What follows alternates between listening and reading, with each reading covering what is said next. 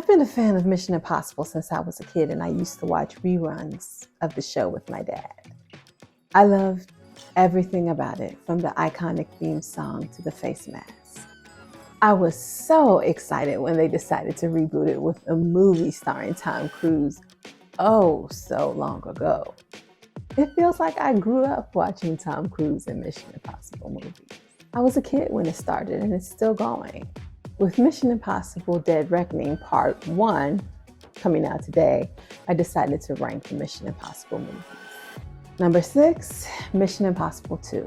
To quote Sesame Street, this film was not like the others. The style, the plot, Ethan's boss, everything is different. It just feels like it belongs to a different series. It's also the movie that Hugh Jackman has to thank for being Wolverine, because Dougray Scott had been cast as Wolverine, but Mission Impossible 2 had gone over the schedule and Wolverine needed to be recast. Number 5, Mission Impossible 3. I'm sure this is a perfectly good movie, but no matter how many times I watch it, I completely forget what happened in it.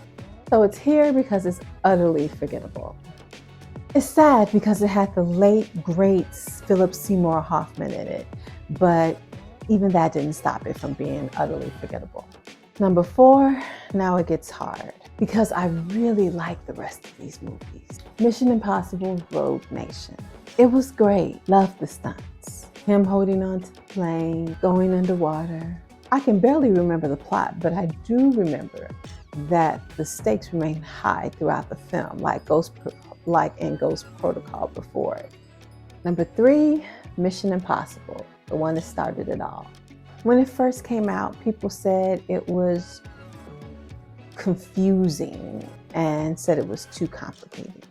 But I followed the plot just fine. It started the through line of having simple plots with high stakes and very complicated actions. I loved it then and still do now. Number 2 was my favorite for a very long time. Mission Impossible Ghost Protocol.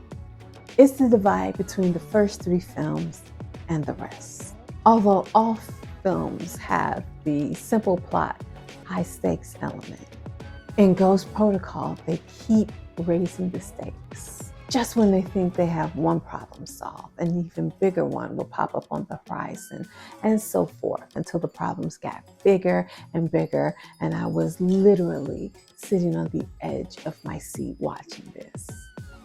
All Mission Impossibles after this would follow this formula.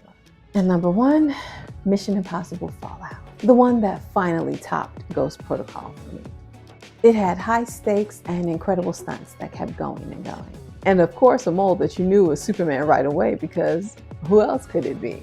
Let's not forget Tom Cruise breaking his ankle and them keeping it in the film. So those are my rankings for the Mission Impossible films. I wonder where Dead Reckoning will fall. What are your rankings? Tell me in the comments down below.